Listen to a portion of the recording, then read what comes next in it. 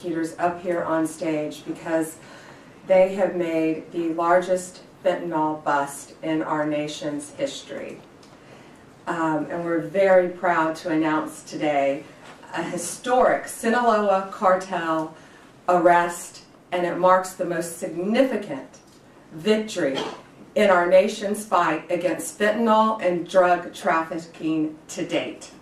This multi-agency operation led by DEA with our local, state, tribal, and federal partners targeted one of the largest and most dangerous drug trafficking and foreign terrorist organizations in our country. The DEA seized 11.5 kilos of fentanyl, including an astounding approximately 3 million fentanyl pills, the largest seizure in our nation's history. These are the pills in the bags right there. The main bottom right, the head of this organization, Sinaloa organization, here in the country illegally, 6 of these guys and women here in the country illegally. His name is Alberto Salazar Amaya. He is the leader, and he was living in Salem, Oregon. With him, they got millions of dollars, cash, cars, but the drugs were in Albuquerque, Phoenix, and Utah. That's how insulated these drug dealer cartel leaders make themselves. This was an incredible operation, and that's why I wanted all of you here behind me. It took months and months of work, investigation, leading up to smaller buys, smaller cases, to get this massive amount of drugs and guns off our streets. $5 million approximately in cash, 35 kilos of methamphetamine, 35 kilos of meth. 7.5 kilos of cocaine, 4.5 kilos of heroin, 49 rifles and pistols, all shown in the pictures. And then, of course, the 3 million pills. These pills were stamped as oxycodone. Let that sink in. 3 million pills going on our streets. 3 million pills, the streets of our country, laced with fentanyl, labeled as oxycodone. And they were in all different strengths of fentanyl within them. This operation was made possible by over 55,000 hours of law enforcement investigation. And this is a really dangerous job that these DEA agents face every day, but they are getting very dangerous drugs off of our streets each day. They are flooding our cities with a weapon of mass destruction, fentanyl. And when we catch you, like all of these individuals, if convicted, we will put you behind bars, there will be no negotiating, and we will lock you up for as long as humanly possible. We will not negotiate with those who are killing our family members, including brothers, sisters, daughters, sons, parents, friends. Everyone in this room, I guarantee you, knows someone who has been afflicted with drug addiction, and many who have known someone who has lost a loved one because of this trash on our streets. The precursors are made in China. It was sent to Mexico and came right in our country. And again, 6 of these individuals were here illegally. That won't shock you. And we're running a massive, massive drug operation. This kind of success doesn't happen without extraordinary leadership. And I want to personally thank my friend, DEA Principal Deputy Administrator Rob Murphy, DEA El Paso Division Chief Agent in Charge Omar Ariello. I'm killing your name, Omar. Omar, okay. And U.S. Attorney, where's Ryan? Ryan Ellison. I also want to thank again the brave men and women of law enforcement. Last week I joined them at a DEA laboratory, And we went there, and it was truly remarkable what we saw, how quickly these cartels can manufacture and make fentanyl powder and put it into these pills. But people need to know, parents need to know, kids need to know, this fentanyl, this bus, these 3 million pills for oxycodone, they put this in Xanax, they put this in Adderall, they put this in Molly, the date drug or the party drug, something called Molly. They put it in cocaine, and they put it in marijuana. And it is to get you so highly addicted that you can't get off it. 75,000 Americans are dying each year because of fentanyl. 75,000.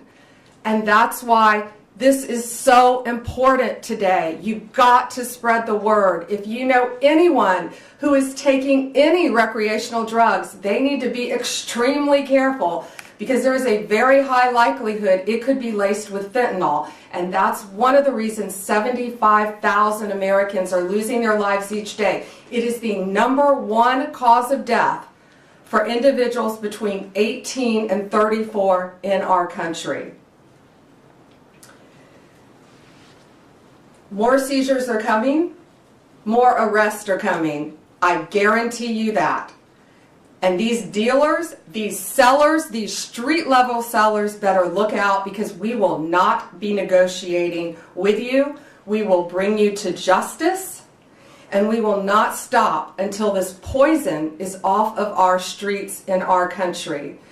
It is my honor to introduce my friend with DEA, Rob Murphy. Thank you again.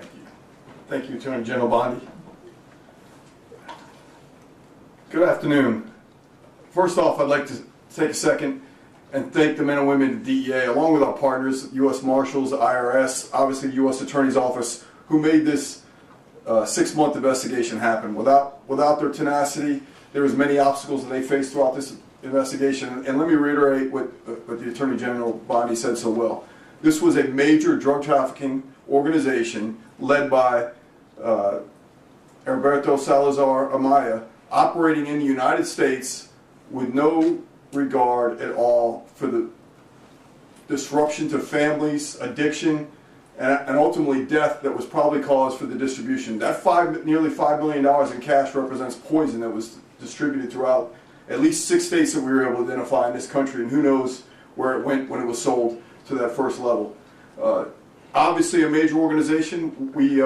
This team was able to infiltrate the organization at every level. We knew how the drugs were being brought into the U.S. We've identified the main players in Mexico who belong to the Sinaloa cartel, who was recently designated by this administration as a foreign terrorist organization. We are exploiting them at every level. We continue to do that. We expect more out of this investigation. Could not be more proud of the men and women that put their lives on the line every day, doing this job, working through the obstacles to make sure that the communities they live in, the communities we all live in, continue to be as safe they can be. So thank you, Attorney General Bondi, for giving this the attention it needs, and look forward to see what happens in the future. And so with that, I'd like to introduce U.S. Attorney Ryan Ellison. Well, good afternoon, everyone. My name is Ryan Ellison, and I'm the United States Attorney for the District of New Mexico. I'm going to give you a brief overview of the investigation that dismantled one of the largest and most dangerous fentanyl operations in United States history.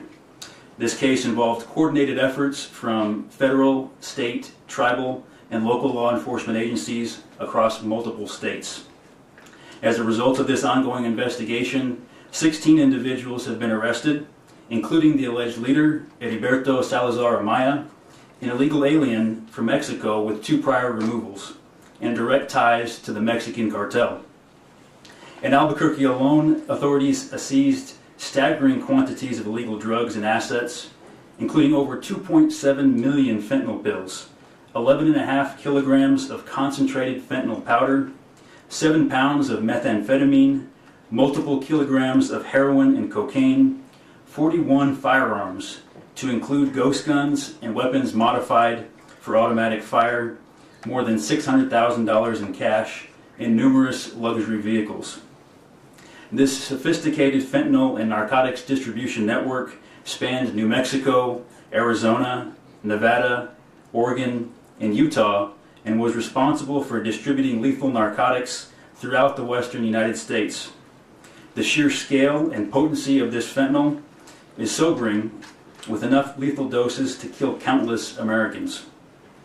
All defendants face serious federal charges related to conspiracy and distribution of fentanyl, along with additional charges for firearms offenses and immigration violations in certain cases. I would like to thank the DEA's El Paso Division, primarily the Albuquerque Field Office, as well as many other DEA field offices across the western United States, our local and federal partners, and the assistant U.S. attorneys that are prosecuting this case. Together we have sent a clear message. We will not tolerate those who profit from poisoning American citizens. The fight continues, but today our communities are safer with these drugs and criminals off the streets. Thank you.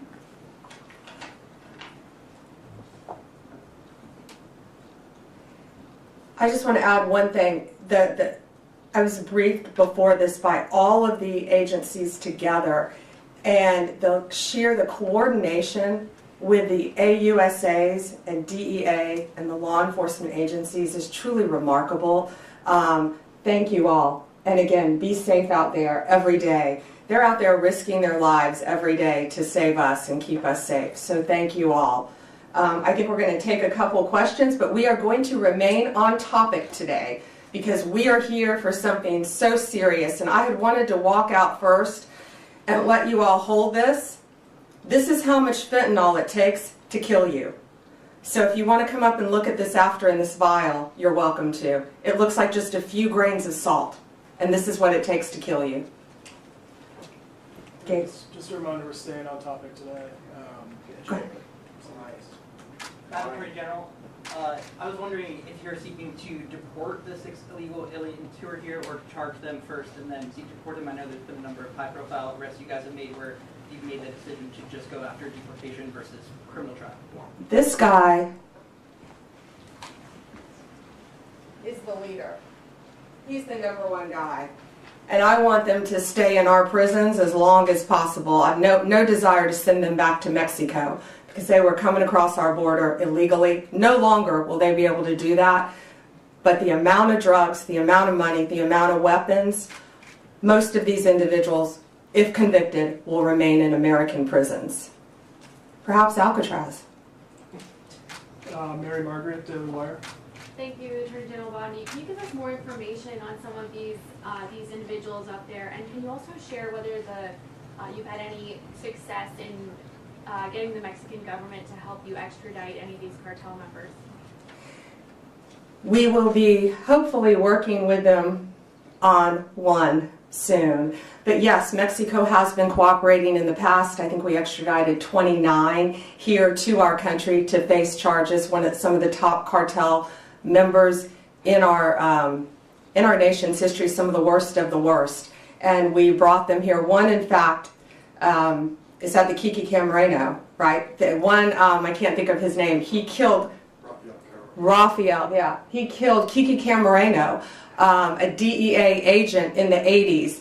And Kiki Camareno's widow and son family had been trying to get this guy back since the 80s and could not do it. And President Trump, working hand in hand with Mexico, was able to get him back to this country. And we spoke to Kiki Camareno's widow and son, and they were both in tears. His son is now a judge, and his son had his father's handcuffs and had them engraved. And I think at some point that monster who tortured and murdered his father will be wearing those handcuffs. But he's now in American custody, along with, I think, 28 others that we were able to extradite with President Trump working with Mexico to stop this really reign of terror and this poison coming into our country.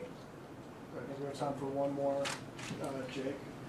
You said that these individuals will not be deported. Can you tell us any specifics on charges and any specifics on the investigation on how this actually went down, how they were captured? So the investigation is ongoing. I can tell you it was a lot of work, a lot of great police work is all I'll say now. but I don't want to really reveal their sources and methods of how they captured and caught these guys. But what I will tell you, the top guy who I keep pointing to, he insulated himself. He was in Oregon. He had no drugs on him, but he was the leader. He had millions of dollars. He had a Mercedes. He had a truck. He had other things, but he did not have any drugs on him because he was the leader. And that's what these cartels do, whether it's Sinaloa, whether it's MS-13, whether it's TDA. The highest leaders insulate themselves. Just like the TDA guy, you may have been with us in Virginia. When we arrested him, not even half an hour away from here, he didn't have any drugs on him either. That's what they do. They live among us. They live in neighborhoods because they are the top level. So what will the charges be on that? Oh, I'm sorry. Multiple, what are the charges, guys? The multiple drug trafficking, conspiracy to traffic, multiple drug charges. But depending on the time, they need to serve their time in an American prison to keep them off the streets. And who knows where they would go next. They're part of one of the largest drug trafficking organizations and one of the most frightening cartels. Alana, last Go one. ahead. How are you making the decision about whether to put on trial in the U.S. defendants who are living in the U.S. illegally? You said you want this man to stand trial in the U.S., but in another case, someone who was alleged to be a top MS-13 member, the department moved to dismiss that case and is going to deport that person. How are you making that decision about whether to bring? Sure. Based on the time that they can receive in prison.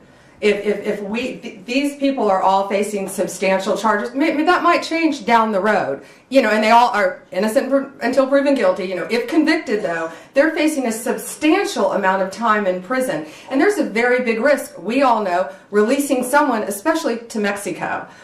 Sending them back to Mexico, who knows? They could attempt to get through our borders, not under Donald Trump, I doubt.